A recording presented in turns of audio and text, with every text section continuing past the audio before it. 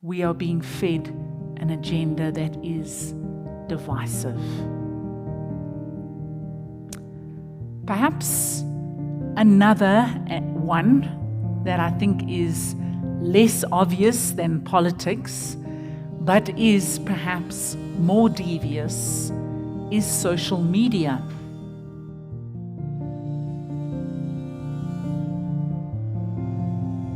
Friends, let's begin this morning by asking ourselves, who are the hired hands of our lives today? Who are the people that have influence and are leading us today, but not in the way that the Good Shepherd would lead us? Listen to this quote. There are a lot of hired hands today, that is, both people and institutions with legitimate and important roles, who seem to have little to no regard for those that they are called to serve.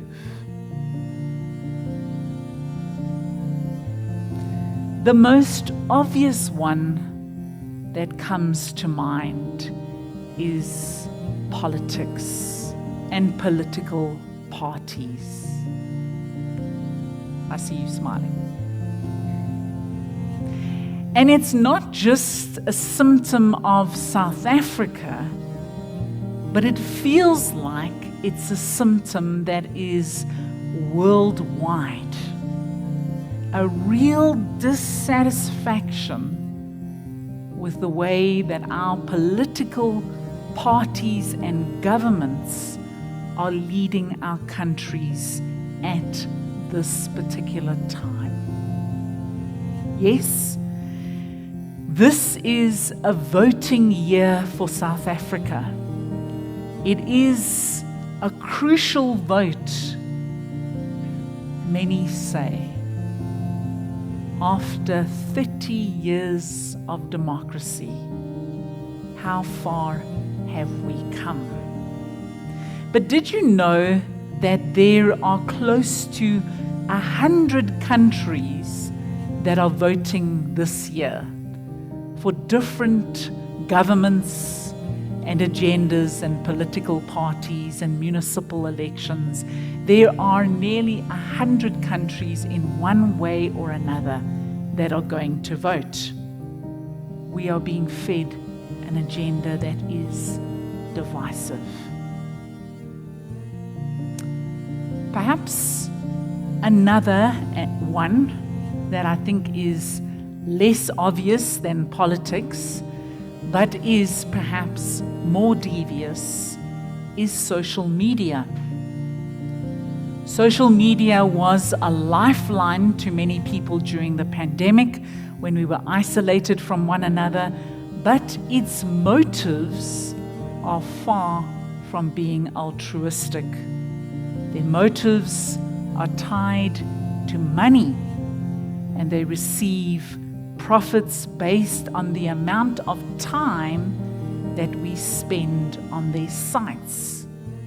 And so they have been devious about attracting us and keeping us swept up in fake news, outrageous content, and even identifies our political, religious, and social views, so that it continues to feed us that same narrative over and over again, which in turn influences our outlook on the world.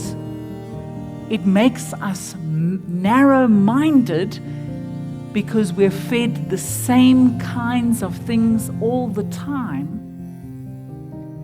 It reinforces our ideas and our thoughts, which could be incorrect, and it tricks us into believing that your view, the view, is widely accepted and everybody buys into that.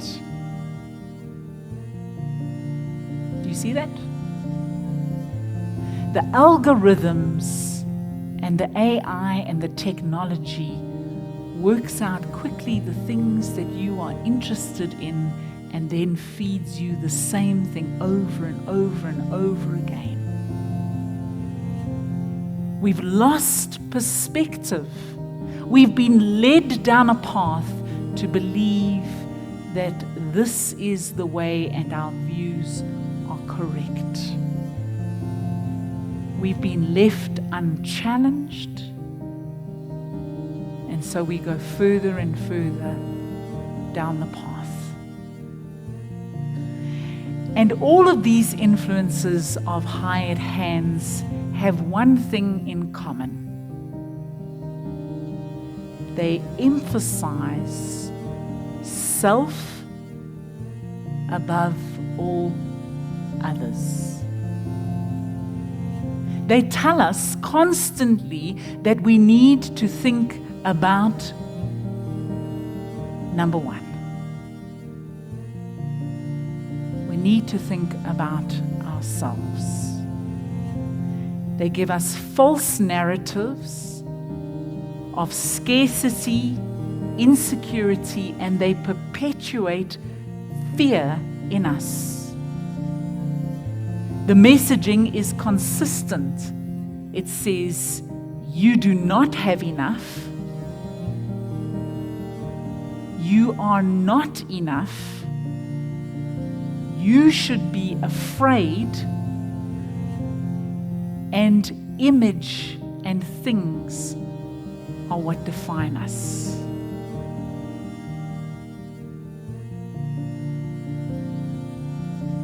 That is what the hired hands are currently influencing and telling us right now. And what does that do? We're having the highest rates of anxiety, depression, and hopelessness. We have this attitude that we have to accumulate wealth, possessions, and things to secure ourselves and our families over and above everybody else, because we are being told there is not enough. There is not enough. We're being told that there is a scarcity of resources and wealth, and we must claim that for ourselves, which goes against everything that the Good Shepherd tells us. Everything that the Good Shepherd tells us. In this post-Easter time, it is not hard to see how everything is currently leading and influencing us, the hired hands, as against the true shepherd's voice. For the true shepherd's voice is being drowned out by these loud, deceitful, and obnoxious voices. For Jesus declares that he has come to bring abundant life to all. That was Jesus' declaration, as well as the deep commitment he has towards each of us. Enough to lay his life down for you and for me and for everyone. It is in laying his life down that it becomes a demonstration of sacrificial love that goes against the tide of self above everyone and everything else. So where does that leave us? Two things. One, we need to be aware of who is leading and guiding us. Whose voices are we allowing to infiltrate us, our lives, and the lives of our loved ones? We need to look at them critically, each one of them, determine where they are in line with what Jesus calls us to be and to do in the world. And secondly, we need to be reminded of Jesus as the Good Shepherd, as the one who triumphs love over everything else, unity,